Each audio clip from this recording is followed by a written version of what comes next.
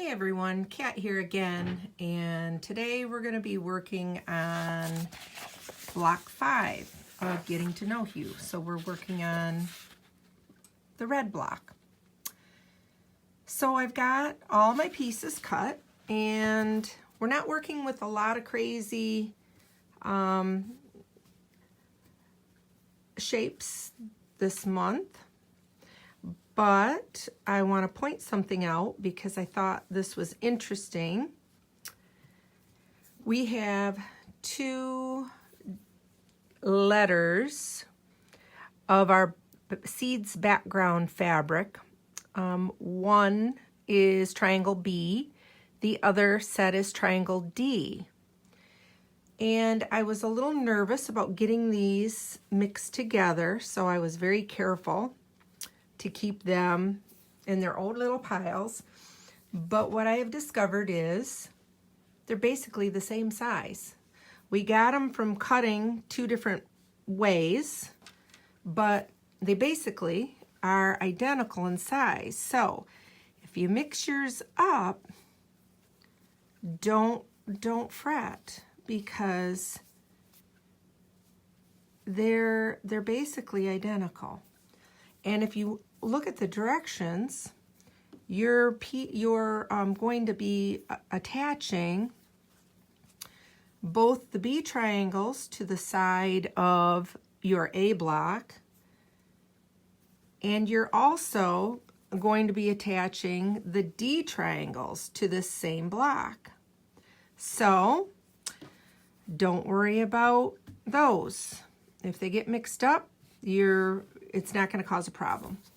So the first unit we are going to be making for this block are the corner units. We're going to use an A block, and I'm going to call this stack B. So I'm going to sew a B triangle to the top of my A block, and I'm just going to line up my 2 long sides here. And then I'm going to sew, once I sew that on, then I will be sewing another one on to this side after I press that open. And then once that's all together, we're going to add this large triangle C for the other corner. And don't worry, this will all fit together after we sew this together. When we get done, this unit should measure 4 inches square. So I'm going to go ahead and piece this 1 unit up. I'm going to check the measurements, see if we need to make any adjustments here. Be right back. So after completing this unit, the corner unit, I discovered that my unit finished just a smidge smaller than 4 inches square. So what I've decided to do is adjust my needle position on my sewing machine. I moved my needle to the right a couple of clicks, and hopefully that'll accommodate for a little bit narrower seam so that my block will actually finish right at 4 inches. So a little tip on making these, this is similar to a flying geese unit, but what I find is helpful is when I put the first triangle on the side of my block and I line up my 2 straight sides, I'm going to start sewing from this flat side down off the tip. That way you know that this side is lined up perfectly. This is going to be trimmed off, so we don't care about it so much, but you want to make sure that we've got a nice straight line there. And when I get ready to put the second triangle on, then I am going to line up the bottom corner here. And what I like to do is I like to start sewing at the top, and or you could actually flip this over, but then you'll want to trim this off and you'll be able to sew it straight off. So either way works. I just don't like starting sewing at the tip on that first pass. So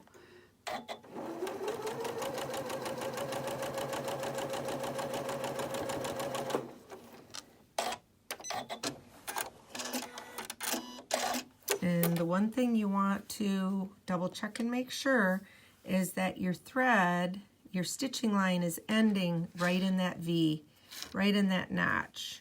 That's going to make sure that you're going to have enough seam allowance once we press this over. You're going to have enough seam allowance there to sew the next piece on without sewing your corner off. And we do. We have plenty. So I'm going to continue putting these little units together and make the remaining 7 corner units. And then we'll go on to the next section. So here are all 8 of my corner units. They're all completed. And just so you know, by moving my needle over a couple of clicks, these measure exactly 4 inches square. So I am very happy with how these came out. Don't be afraid to move that needle position just a little bit to accommodate, make adjustments as you're piecing to make sure that your units end up finishing what they should. Okay, the next unit we're going to be making, she doesn't really have a name for it, so what we're going to do is we're going to take an A square. We're going to sew 2 background D triangles to 2 sides. So it starts out the same way this started out, but instead of putting our dark triangle on the outside, we're going to bring it over here, and we're going to sew it into like an equilateral triangle here. So I'm going to go ahead and get these put together. We need to make a total of 8 of these. Make sure that when you lay this out and you piece it together, that you always have this dark triangle on the right hand side and next to this watermelon square, because otherwise you're going to get reverse units and they won't work. All right, I'll be right back. Okay, I'm back. And these 8 units are finished. They look like little houses. And so the next portion, the next segment we're going to do are these funky little shapes. First of all, I love the colors in this block. They don't show up really well on the video, but in person, they're just gorgeous. I love all these reds. And I love innovative piecing, and this is so cool. So we're going to take and place this E triangle on the larger C triangle. And you're going to line up the 90-degree angle with both.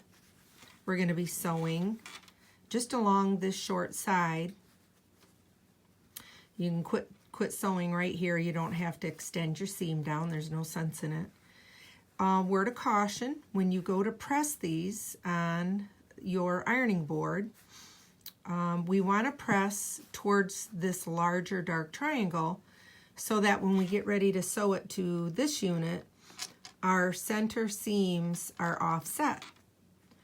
Well, I don't know if you all know this, but this is something I learned a long time ago, that when I go to press, if I have the fabric facing me that I want to press to, then I'm going to set my seam and bring it up. Then my seam allowance is always going to go towards the piece I have on top. It's a handy little thing to remember when you get to the ironing board. It saves you a lot of time and makes things a little bit quicker.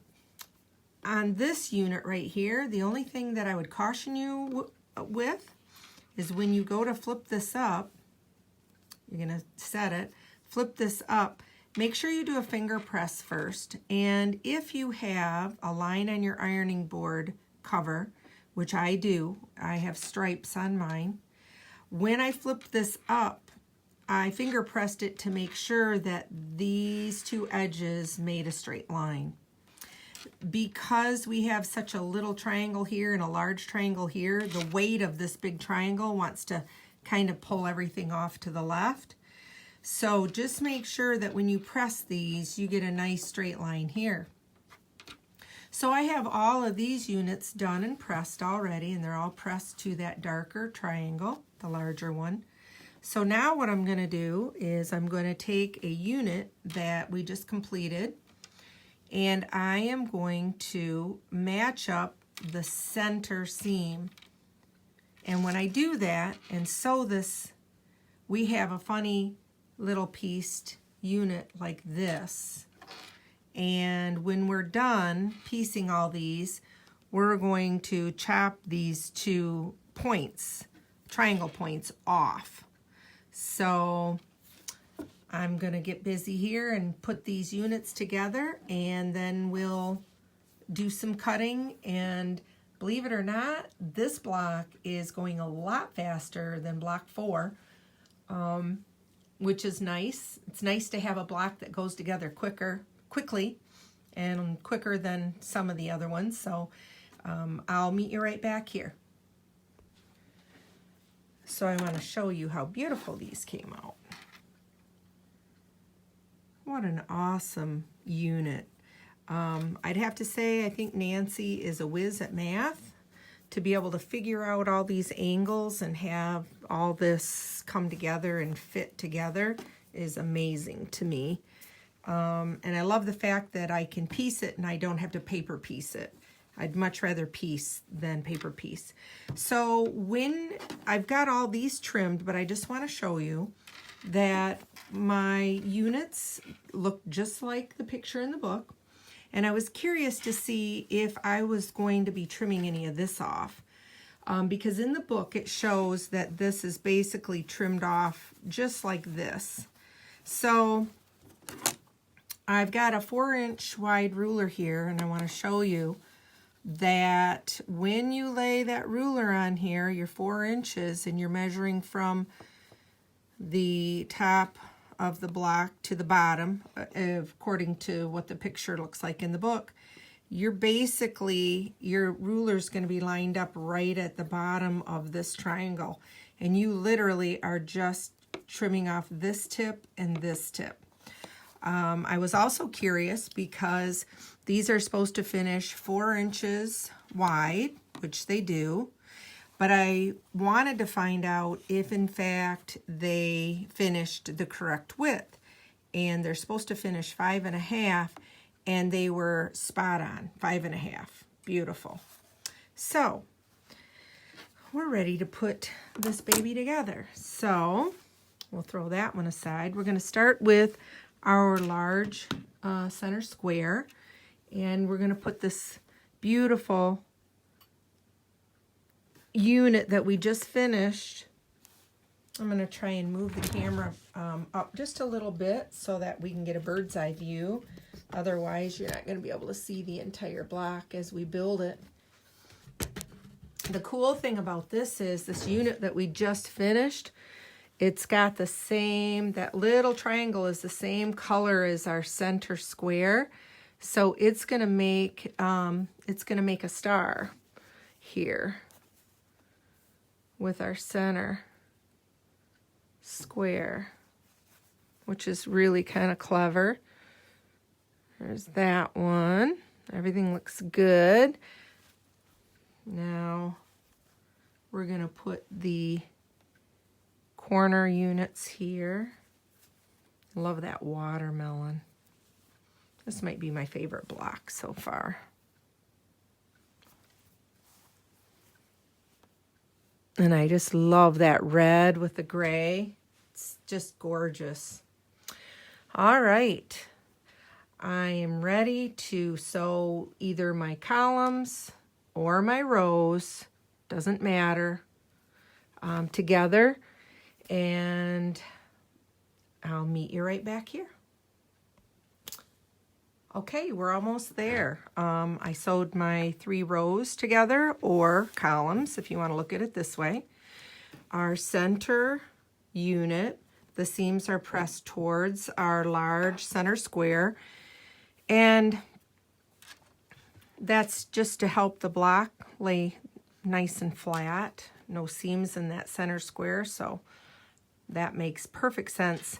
These 2 outer units, your seam allowances are going to be going out towards the corners.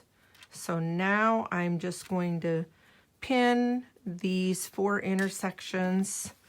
I'm going to pin and pin here. So this side, do the same thing. And then get my block frame A's and B's ready to put on our block. Wow, is this a pretty block. The other thing I really like is when we get to this point, we already have our block frames cut. So we don't have to stop and get out the cutter and the fabric. So I'm going to go ahead and put block frame A on the top and bottom, and then trim those off, put the other block frame B's on, and we're going to call it done. And there you have it, guys. Block 5 finished. So stay tuned. I'm going to be working on block 6 here very soon and have that uploaded before February 1st. Happy quilting. See you next time.